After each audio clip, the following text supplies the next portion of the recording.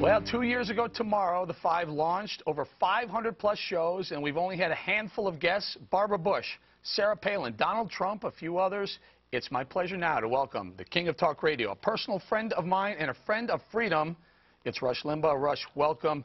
Before we get into the important news of the day, Rush, the lefties over at Politico spun a headline to make it seem like you had an issue with Fox News. The headline says, quote, Rush Limbaugh tells caller not to watch Fox News. Now, I know better, but can you explain to the people what you think Politico is up to?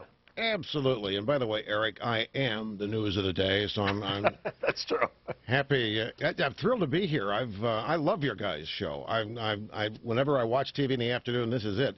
You know, I had a caller who was almost just shy of profane. He was angry, spitting, mad, and he finally started telling me why he was upset. He started listing names of people, and on a Fox, it turned out the Fox Business Network, and a bunch of the names I didn't know who they were, which is why I was having trouble. And he was just kind of off the wall, and I said, sir, look, just stop listening to those people. Stop watching those people. And I kept saying those people. I never said don't watch Fox. Now, I have said over the course of my career, don't watch ABC, don't watch NBC, and it's never made the news. I never said don't watch Fox, but the media, you know, there's only, I guess they consider me and talk radio and you guys the last vestige of any opposition to the leftist agenda in the country, Obama and the Democrat Party, and so they'd love to drive a wedge, and they were clearly trying to. And it's amazing how it took off. It made websites all over the country. So eager are they for you and I to just flitter away and become ineffective. But it ain't going to work. Rush, could I just point out, it's Gutfeld, that was me who called in. I was drinking. I was drunk. Well, you didn't identify yourself that way. I would have handled it entirely differently. I would have told you to stop watching. Hey, Rush, before we get to the news, Dana has an important question for you. Well, it's a very important question, but as you know, Rush, the best way to make front page news is to attack a Republican back and forth. So I'm not surprised that they did this to you, and I think that we all saw it for what it actually was. I wanted to ask you, because you are obviously very successful in the media. We're having our 2-year anniversary tomorrow. You say you watch every day, and I was curious because we've been asked what makes our show so successful. I wonder why you think it's successful. It's real. There's nothing contrived about it, and you all seem to enjoy what you're doing. And you know, it's got passion. I think passion is the magnet to anything, particularly talk.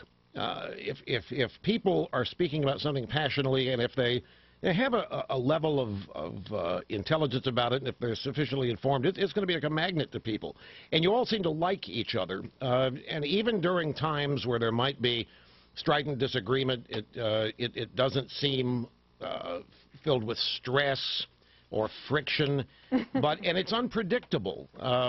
You guys might identify what you're going to talk about, but nobody knows where it's going to go, and nobody knows who's going to say what when. So it's something you can't predict. I think it's got all the elements. But you guys make the show because it's personality driven, and it's just real. It just happens, and it's relevant, it's topical, and all of you are relatively intelligent. And again, Rush, we want to get to the news of the day. Andrea wants to ask you a very important question also. So, Rush, maybe people are a little confused because sometimes it does seem like you might be shooting at folks on Fox. Can you clear something up for me, finally, please, right here, right now? Yeah. Why do you call me Angela Tarantula? Do you take that as an insult? No, I don't. I just assumed. I mean, Bob says I have 2 great legs, not 8 great legs. But I thought I'd ask you. No, you're not going to like the answer because it's somewhat sexist answer. You know, I come. Okay, I'd like to hear it. I come from a long ago era where men could be men and stereotypical humor didn't offend anybody. And so you are, Andrea Tarantula is what? A spider, is a widow. What do black widows do to men? And you are so dominant, you are so certain, you are so confident that I wouldn't want to mess with you. Okay. Right. So on that note, Rush, on that note, so it's a compliment. You are the news of the day, but let's get to some of the news of the day. Bob, hang in there. Bob, go ahead. Bob wants to go. Hey, Go. Rush, I'm at this Beckel. I wanted to see if you remember something. I remember you came to do our show with Tony Snow way back when, called Off the Record, and you and Snow and I went out to eat, and you said, Bob, if they elect Bill Clinton president, I'm going to be the biggest talk show host in history. Do you remember that? Yeah.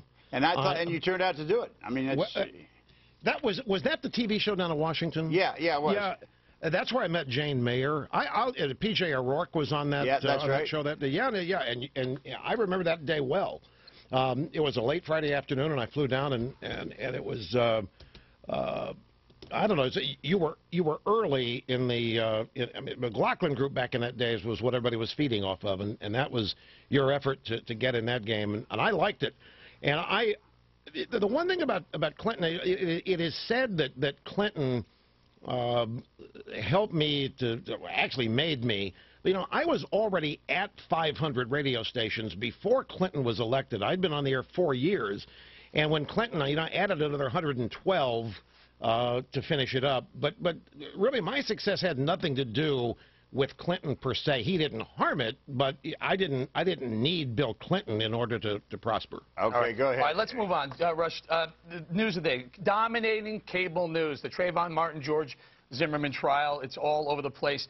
Rush, talk to us a little bit about, is this George Zimmerman on trial, or is it race in America on trial? And please specifically talk to us about the media's role in all of this. I think the media, you all excluded, of course, I think the media is invested in a guilty verdict, and they're invested in a guilty verdict that's racial. And New York Times called this guy a white Hispanic, and CNN has picked up on that, calling Zimmerman a white Hispanic. What is a white Hispanic? I mean, that's a desire to categorize this as entirely racial when it probably had nothing to do with race, the actual event, and when it happened. But everybody wants to make it that because there are just, I think race, as I've gotten to know liberals over the course of my career here, something about race and the civil rights movement is it's almost a rite of passage to be a liberal in the media. You have to have that perspective that this country is inherently racist and it has not recovered from slavery and it still mistreats everybody of minority skin color. You're invested in that. This country is immoral and unjust on that basis, and every opportunity to prove it, you're going to take it, even if you have to make it up. And it's just like the Duke lacrosse case. There was no evidence whatsoever to support any of the contentions the media made or the faculty at Duke. This is the same thing. I had a story today. Judicial Watch got hold of some documents from Justice via Freedom of Information, and there's a community relations service, part of DOJ, which by its name is supposed to go down and help facilitate community peace, coming together and so forth. These people from the DOJ were down sponsoring rallies prior to this trial, sponsoring people getting together. They bussed protesters into Sanford, Florida from nearby universities. The DOJ, Eric Holder, was invested in this being seen as racism and unfairness and unjustness against this kid, Trayvon Martin. And they can't let go of it. And that's why there's wall-to-wall coverage. This trial, I don't even think should be taking place. I don't even think there's a case here. Rush, it's the tarantula. Do you think that this wouldn't be a national story if the president wouldn't have weighed in and if Eric Holder wouldn't have made such a big deal out of it and actually spoke about this case? Well, clearly that helped it, but I think the media would have made this a cause celeb, whether Obama had said anything or Holder and had not, brought Al Sharpton down there and called him Reverend Al and agreed with him on all this. I think the media is capable, totally capable itself of making this a nationwide issue by covering it within the framework that they hope everybody sees it. And Obama was just icing on the cake, and then Eric Holder ditto. All right, Russ, let's move on to the other story that's making the rounds right now. Immigration, Gang of Eight proposal. Some are calling it amnesty. Where do you come down on this one, Rush? Well, I don't. Everybody says the immigration system's broken. And the only thing that I can see that's broken about the immigration system is that we're not enforcing existing law. I don't know what couldn't be fixed if we just did that. I don't think we need a whole new set of laws. What we're being told today is exactly what the country was told in 1986. with Simpson-Mazzoli. If we legalize these 3 million, we grant them amnesty, we'll never have to do this again. And there have been all kinds of promises about border security first. That was taken back. There's no effort to secure the border. Therefore, there's no effort to stop the inflow. I'll tell you what I really think, and I really believe this. I really believe the Democrat Party, and both parties are at fault here, so don't jump on me yet. The Democrat Party needs a permanent underclass. They need a permanent, dependent class of people that are low educated, low wage, low skill, dependent on government.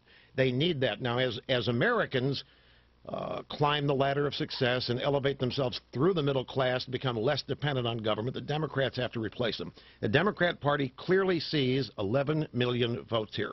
The Republican Party, two things going on. They're scared to death. They believe. Don't you guys find it funny the Democrats keep telling Republicans, look, unless you guys help us with this, you're never going to win the White House, as though they care? You think Obama, the Democrats really want to share some of their voters with us? I don't buy it. But the Republicans, they're paranoid. The Republicans are scared to death, believing a myth that unless they do this, the Hispanics are never going to support them. The Hispanic turnout was 7.8%. Romney got 27%. If Romney had gotten 70% of the Hispanic vote in 2012, he still lost. This is a giant, it's a myth. Everything about this, I think the Republicans have business people who want cheap labor and so forth. But I had a guy call me. I know you're trying to hurry me. A guy called me the other day and made a great point. He said, Rush, you're missing this. There's so many people in America not working and still eating and still driving and still watching TV and still calling on their phones. They don't need a job, and the American business community needs workers. And that's why the Republican Party is for this. Businesses can't find qualified or anybody to work, as Americans won't anymore. I mean, that's how roiled this has gotten. Hey, Rush, the idea that somehow that is being floated that if the Republicans embrace this bill, Democrats will no longer call them racist. And I firmly believe that telling a Democrat not to cry racism is like telling Leonard Skinner not to play Freebird. That's not going to change. Am I right? Right. Well, look, didn't they say if we elected Obama, then the country would no longer be racist because we would prove that we weren't, because we had elected the first black president, and we were going to be unified and happy, and it was going to be utopia, and everybody can be, you know, whistling kumbaya, and none of that has happened. I think the Republicans get tricked by really skillful Democrat consultants and media people. The Republicans, let's take the way Republicans are intimidated by the media when it comes to independence. Republicans are told, don't criticize Obama, don't be partisan, that just makes the independents mad, and they're going to run right to the Democrats the minute you show any partisan. The independents want bipartisanship. So the Republicans, they go docile and they don't criticize Obama, they play nice. It never works. And the independents, then are supposed, the Democrat Party is as mean-spirited and extreme as anybody I've ever seen. Rush, this is Becker. Wait, what are you talking about? It's the Republicans who aren't willing to sit down at the table. They're the obstructionists. They're the no people. These Tea Party people in the House are holding this stuff up. And by the way, the 14 million illegal immigrants can't get to be voters under the Senate bill for 14 to 20 years. So we're not going to expect to have 11 or 12 million new voters. I mean, it is the Republicans that are causing the problem here. It's not the Democrats. Bob, just the other day, the President of the United States said, you know what, I don't like the individual employer mandate, so I'm just going to cancel it. Well, Bob, I will guarantee you, if this bill passes as the Gang of Eight bill exists today, and there is this, whatever it is, 12 to 14-year waiting period to vote, within 6 hours of the bill's passage, Chuck Schumer will find the nearest camera and talk about how unfair it is that we have granted these people a pathway out of the shadows, but that they can't vote. And the next day they'll be able to vote. That's the whole reason for doing this. That's the only reason anybody cares about this. But you're not there's 11 million voters to be bought. You're not to deny the demographic increase of Hispanics. By the year 2030, they're going to be so dominant that it's going to affect the Republican Party. I think the Republican Party can get anybody by being conservative. If they start pandering, we got a set of policies for this group, a set of policies for that group, we're friendly to here, we don't dislike you here, they're going to forever lose because that's the Democrats' game, and the Republicans can't win being Democrat light. The Republicans are are abandoning what they need to do to win. We got the greatest opportunity, Bob, the Republicans do, to contrast themselves with what the Democrat Party stands for, and they're not using it. They're trying to be Democrat Party light. They're trying to echo the Democrat Party, be perceived like a Democrat Party, be liked by the Democrat Party, be liked by Democrat voters. It's a losing game. Hey, Rush, I don't want to rush you, so to speak. You mentioned something, the employer mandate in Obamacare. Dana has a question for you regarding that. Well, Yeah. I wondered if, do you think that because they did that in on a slow news weekend, they try to get out, that people, there was a Gallup poll not too long ago that said 33% of people already think it's been repealed anyway. What do you think that if you were advising one of those consultants for the House Republicans or the Senate Republicans, what do you think they should try to do now? Well, I don't, see, this is I don't know that I'm qualified. My business isn't politics, and I have opinions about it, but you're going to laugh at me and throw me off the show. I would advise the Republicans, just say no. Just stop this business. That's what they do. They took your advice. There's nothing, well, then they need to hold fast to it. All that's broken is we're not enforcing the law already on the books. Bob, if these guys would simply secure the border, you'd be amazed at the magic that would happen after that. But nobody wants to do that. Nobody wants to shut down this inflow of illegals. Hey Rush, yeah, there's a group of conservative senators that want to do that. I'm thinking Rand Paul one, Ted Cruz two, and some other ones as well. That do want to do that? That want to shut the border down first before any of the other stuff goes through, before the, yeah, but they're in the minority. The amnesty, giveaway happens, and before they get Obamacare. But Rush, this is Dana. What do you say to the fact that deportations are up and the number of people coming into the country is down? Well, see, that's more evidence, I think, for my point of view. It's a net wash, isn't it, from what we know? The people leaving on their own is washing out by the people coming in. It's a net number now. The economy's down. The attraction to come here is not quite as great. There's no crisis, is the point, Dale. There's no reason that it has to be done right now under the rubric of every time we do something that's in the middle of a crisis and has to happen now and can't wait, the Republican Party gets the shaft. Rush, on Friday, the administration also announced that they would not be requiring people, because the individual mandate is still enforceable, they wouldn't be verifying whether or not they had health insurance. They're just going to trust what people say. Right. Do you think this is an opportunity for the Republicans on Obamacare to push back on the individual mandate now? I don't think I think repeal the whole thing. But they have 37 times in the House. But I mean, the case can be made to the American people. Here's what Obama's doing with this. I laugh when I hear people, it's all falling apart on Obama, Rush. No, it's not. He's getting everything he wants on what you just mentioned. The honor system, anybody can say, I qualify for a subsidy. What Obama wants, two things with this that happened on Friday you're talking about. If you notice, he's out campaigning for a bill that's already the law of the land. He's getting Hollywood, NFL players trying to get everybody to push this. Why? 2010 is one key. The Democrats lost down the ballot. They got shellacked. It was deep. It was rotten. They lost the House, and it was because the Tea Party came to life because of Obamacare. So they're out trying to change people's minds about it. But the second thing is, the more people they can entice to come in and sign up via these exchanges, the harder it's going to be to take it away. You get this entitlement. You get the webs, the tentacles of this entitlement deep into the fabric of society, and it'll never be repealed. It'll never be taken away. Hey, Rush, I've got to try, because you got to go now. I've got one fast question. Do you not believe that this thing, Snowden did break the law and all that. He's got to come back and go to trial. But is this not an assault on the Fourth Amendment by the Internal Revenue Service, by the NSA? Didn't they go too far? Rush, we got 30 seconds. Didn't who go too far? Didn't the NSA go too far by going into everybody's phone records?